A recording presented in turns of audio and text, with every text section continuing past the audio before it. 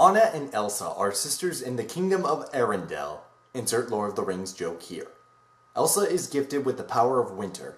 While they're playing, Elsa accidentally hits Anna with a blast of magic. She is cured by having the knowledge of Elsa's magic purged from her memories. To protect others, especially Anna, the castle gates are closed and Elsa keeps mostly to herself in isolation, to the puzzled dismay of Anna. Years later, when Elsa is set to take the throne, she loses control of her powers and unleashes an eternal winter upon Arendelle. In order to bring back summer, Anna braves a fierce winter to try and get to her sister. The good.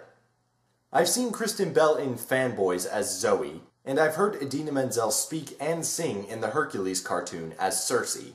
For every other character, I don't recognize a lot of the actors that are playing them, which allows me to get more into the story because I can believe all of these characters. As for Kristen and Idina, they both do a wonderful job portraying Anna and Elsa. I especially love Anna. She is one of the best normal girl princesses that I've ever seen. And she doesn't usually behave like a normal princess. She sticks her chin up in moments she feels appropriate, but only for her intentions when she feels like it. Any other time, she is just an ordinary girl who is having a lot of fun. With the personality she has, she feels like the kind of person I would want to hang out with in real life. And that's why she's my new favorite Disney princess. There is, of course, a romantic edge to this movie. I mean, come on, it's Disney. But the way it's handled in this one is pretty good. This is a trait I'm really liking about recent Disney movies because I really like the development that goes into the couples that are set up. And speaking of love, there is a true love plot point in this movie that does not go in the direction you're expecting it to. When this plot point emerged in the movie, I crossed my fingers hoping it would go in the smarter direction, and bless the writers, it did. This can also be said of some other things in the movie that shows that Disney is very aware of the cliches that they've built over the years. They stick to some, but they contradict others, and the contradictions are beautiful. The people who composed the music for Frozen came from Broadway. That was where most of their experience was in music prior to this. I am very much okay with that.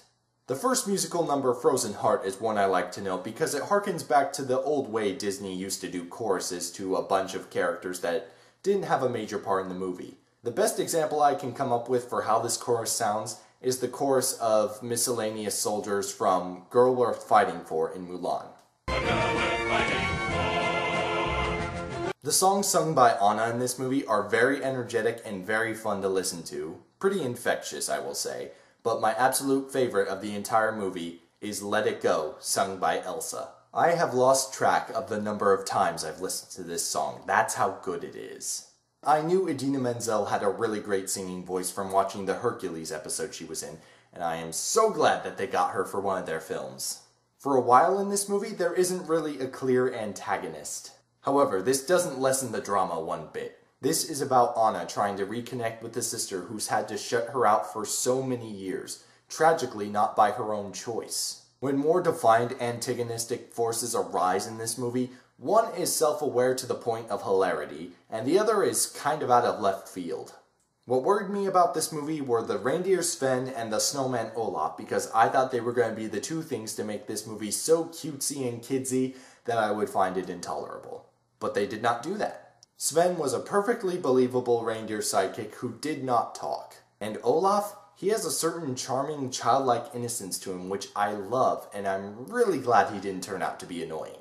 The animation in this movie was really good, particularly the crumbling snow, and I plan to go back out to the theater and see it in 3D. If you haven't seen this movie yet, I highly recommend 3D because I'm sure it must be gorgeous. The Iffy.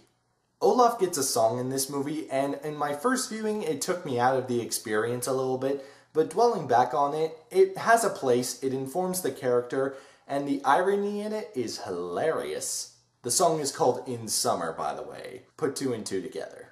This movie is in 3D animation, but it started production as a 2D animated film.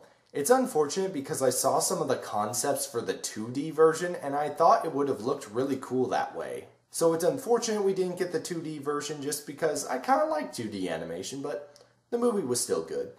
The Bad. Demi Lovato's version of Let It Go on YouTube has over 10 million views. In Demi's defense, it's a decent cover of the song, The movie version is just so much better though. It's got so much more emotion delivered in the vocal performance by Idina Menzel, and that version should be getting more recognition, not from one of Disney's teen stars. There was one musical number that took me out of this movie even more than Olaf's song did, and this one I will not give a pass to. I won't say what it is, I will only say that I do have a few ideas for how it could have been improved. This isn't a major gripe, but I think it must be said. I know this is Disney. I know that Disney feels that there are certain risks that they can't take in order to keep their success going.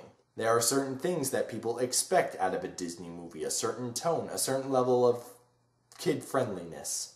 That being said, I think more risks could have been taken to make this a stronger emotional story. The tragedy of the two sisters being isolated from each other for years was done pretty well, but I think if more focus had been given to that rather than some of the cutesy stuff, especially the musical number that I think has no place in this film, more time could have been given to that backstory and made the tension and emotion that much stronger. The verdict? I am so glad the advertisements for this movie were deceptive about what this movie turned out to be. I was pleasantly surprised by Frozen and I really liked it. It keeps alive in me the hope that Disney can still stick to its classic formula and turn out some good movies. This is Detective Steve. Very glad that I've seen 2 awesome movies in a row. First, there would be no musical number and it would just be a short little bit of comedic stuff, which would have been much more tolerable than having to spend 3 minutes on a song. The second thing they could have done is rewrite the musical number to make it mean something completely different and actually have some good relevance on the plot.